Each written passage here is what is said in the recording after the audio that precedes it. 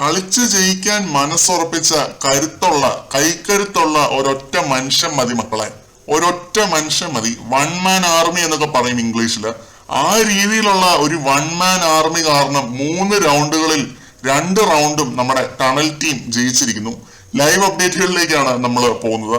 ടീമുകളുടെ പിന്തുണ എങ്ങനെയായിരുന്നു എന്ന് പറയുമ്പോൾ നിങ്ങൾക്ക് മനസ്സിലാവും എന്തുകൊണ്ടാണ് ഞാൻ ഈ ഒരു വൺ മാൻ ആർമി എന്ന പദം ജിൻഡോയ്ക്ക് വേണ്ടി യൂസ് ചെയ്തത് എന്ന്. നെസ്റ്റും ടണലും ജിൻഡോയും ഒന്നിച്ചൊരു സൈഡില്, ഡെന്നും ജിൻഡോ ഇല്ലാത്ത ഡെന്നും പവർ ടീമും അപ്പുറത്ത്. ആരും ഇൻഡിവിജ്വൽ ആയിട്ട് കളി മാറ്റാൻ മുന്നിൽ നിന്നില്ല. ആരും അപ്പുറത്തോട്ടും ഇപ്പുറത്തോട്ടും മറഞ്ഞില്ല. എല്ലാവരും ടീമിന്റെ കൂടെ നിന്നു, ജിൻഡോ ഒഴികെ. ജിൻഡോ മാത്രമാണ് ഇൻഡിവിജ്വലി ഒരു തീരുമാനമെടുത്ത് കളി മാറ്റി മറിച്ചത്. അതുകൊണ്ട് തന്നെ പവർ ടീം രൂപീകരിക്കപ്പെട്ടു. അടുത്ത ആഴ്ചത്തേക്ക് പുതിയ പവർ ടീം. പൂജ, അഭിഷേക് ശ്രീകുമാർ, ഋഷി, ജാൻമണി, ശരണ്യ ഇവരാണ് അടുത്ത ആഴ്ചത്തെ പവർ ടീമിലെ മെമ്പേഴ്സ്.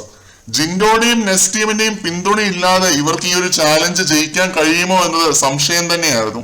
ജിൻഡോ, സിബിൻ, അൻസിബ, ശ്രീരേഖ, ശ്രീതു ഈ പേരുകള് പവർ ടീം അടുത്ത ആഴ്ച മറക്കാതിരിക്കുമെന്ന് നമുക്ക് പ്രതീക്ഷിക്കാം. അത് പ്രത്യേകം നമ്മൾ നോക്കുന്നതുമായിരിക്കും. നെസ്റ്റിന്റെ പിന്തുണ എടുത്തു പറയേണ്ട ഒന്ന് തന്നെയാണ്. എന്തായാലും പുതിയ പവർ ടീമാണ് അടുത്ത ആഴ്ച. ഈ ആഴ്ചത്തെ ടണൽ ടീമാണ് അടുത്ത ആഴ്ച പവർ ടീമിലേക്ക് മാറുന്നത്. മൈനർ ഇഞ്ചുറീസ് ഒക്കെ ഉണ്ട് ഒട്ടുമിക്ക എല്ലാവർക്കും. കാരണം വടംവലി അത്ര എളുപ്പമുള്ള ഒരു ഗെയിം അല്ല എന്ന് നമുക്കറിയാം. അത്യാവശ്യം കഠിനമായ ഒരു ടാസ്ക് തന്നെയായിരുന്നു ഇത്.